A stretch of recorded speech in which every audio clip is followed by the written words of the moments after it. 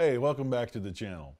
Today we're going to talk about patience, which is your most valuable tool as any kind of teacher, but especially as a music teacher when you're one-on-one. I've taught classes when I was a martial arts instructor with 30 kids at a time, 4-year-olds. And I think that's where I learned my patience the best, because we had mirrors on either side of the school and you'd have kids making faces and looking away, and getting 30 people of any age to pay attention to you, especially these days when they got a cell phone in their hand all the time, that's hard to do. But your patience is going to be your biggest asset. I think that's the best word to describe it, because with people in general, but especially dealing with children, as I mentioned in the intro video, most of your students are going to be kids. If you want to have any volume of students at all, they're going to be kids from, first grade age up to, young teenagers, young adults, 18, 19, 20 years old. But it's definitely something you have to have. And if you don't have a lot of it, this is a position and profession I suggest you don't embark on. I have more patience for my students than I have anything else. There's plenty of areas in my life I don't have very much patience for. But my students are amazed at the level of patience that I have. And there will be future episodes and videos about specific students or specific ways to combat that, or just stories of students that were less than easy to deal with for that reason. But let's get into specifically with kids as to why you have to have patience. First off, kids are very temperamental. I mean, even adults can be, but when you're a teacher, you're not just a teacher, you are somebody they look up to. Sometimes you play counselor. They're having a bad day, they're just going to tell you about their day. A lot of the lesson you might not even get to any playing stuff. You've got to empathize with whatever they're dealing with at the time, because kids deal with a lot these days, more so than I ever did when I was a kid. And they get whiny. If they're tired, sometimes you don't get much out of them. Sometimes they're really shy.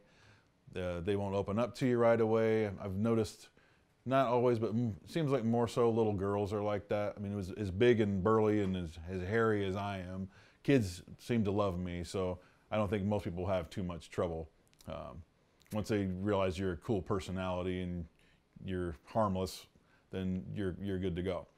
But sometimes it's just, you just have to adapt. It's a case-by-case basis. That they also forget their materials a lot of the time. They'll come straight from school to the lesson. They won't have their books or their charts that you wrote out for them the last time. They won't have practice. They'll have every excuse you could think of and then some for why they haven't practiced.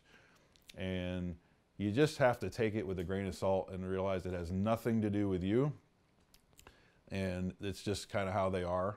And then you'll have some kids that always are prepared, and when they are like that, you praise them. And even when they do the slightest little thing well, you praise them, because you want to always constantly be positively reinforcing what they do, whether it's wrong or right. You can make them feel good about them doing something improperly as long as you word it correctly. You always want to be lifting them up. Unless there's this case where you just have to call them out and say, no, that is absolutely wrong.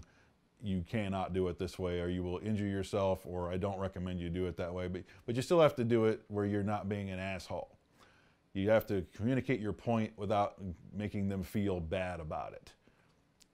It's very, very extraordinarily rare I've ever had to do that. It's not something I want to even have to do, because your students are your source of income, so you definitely want to keep them happy.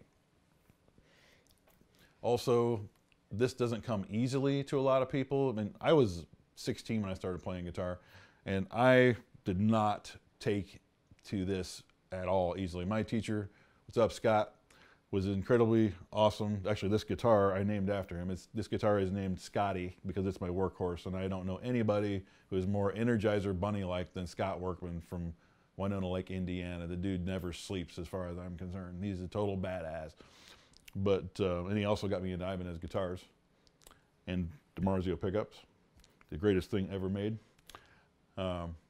So anyway, it's something that you have to just keep in mind, that this isn't something that comes easily to most people. They look at the guitar, they're intimidated by it, they don't know what to do with it. There's got all these knobs and strings and frets, and there's always all these different ways to play it, and you just have to be extraordinarily patient with whoever is the student who's playing, and you have to customize it to however they are able to adapt to it. And sometimes it takes them weeks or months. Like I couldn't tell you how many times I've gone over the same chord in the same song with the same student in every lesson for a couple of months at a time. Some days you want to lose it, believe me. I've got a fuse that's 1,000 miles long. Some days you want to go, Jesus!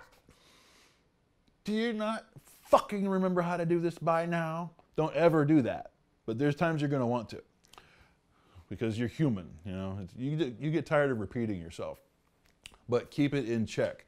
Vent to your friends, or at the store, or wherever you work at. Go grab a beer or a couple of shots after work. There's days I get to the point where I literally say I have done with children for the day. And most of my kids are awesome. I rarely ever have a student that's a pain in my ass. That does happen. It's unavoidable to some extent, but it's fortunately in my world been pretty uncommon the last few years. But so bottom line, you know, just keep it in check, because remember, at the end of the day, you have a guitar or an instrument in your hands, or whether you're a vocal teacher or whatever instrument you're teaching, these people are paying you to do something that you love, that you're good at, and that they respect you for. And it's, no matter how big of a pain in the ass of a student you have, that's something to be really grateful for. Like my last job before I moved to LA, I worked at Arby's 40 hours a week. And you'll see my sense of humor. I'm going to just put this out there. I worked with people so stupid they could fuck up ice water. I'm not kidding. I knew someone who was that dumb, and I don't think she ever did, but I would bet money that she could do it. So when I think about that job and like my best day there versus my worst day as a music teacher, I don't have too many bad days. This job is easy for me. There's so much of it comes easily to me now. But just keep that in mind. Think of the worst job you ever had and your best day there, and then think of like a student that pisses you off. That's still better than working a shit job, makes you hate your life 30, 40 hours a week, or however often you have to be there. So if you don't have a sense of patience to finish this up, you know, develop one, or at least be around some kids. Like if you have a nephew or a niece or you know, whoever, just get some people skills under your belt, because for this kind of job, it's absolutely essential. I can't think of any other thing that you need more than that, in addition to your skills as a musician, as a teacher. There's, again, as I said in the first video, there's plenty of variables that go into this that have nothing to do with your musical or playing skills. You need people skills, you need organizational skills, et cetera, et cetera. You need to be able to adapt and do things on the fly. There's a lot of other things that go into it. So patience, it is always a virtue. In this case, it is an absolute must. There are no exceptions to this. And in future clips, I will have some specific examples of how to handle that and have the patience that you need. I've got plenty of specifics to share with y'all. So I'm out for now. Thanks for tuning in, and we'll see you in the next one. Hit the subscribe button. Later.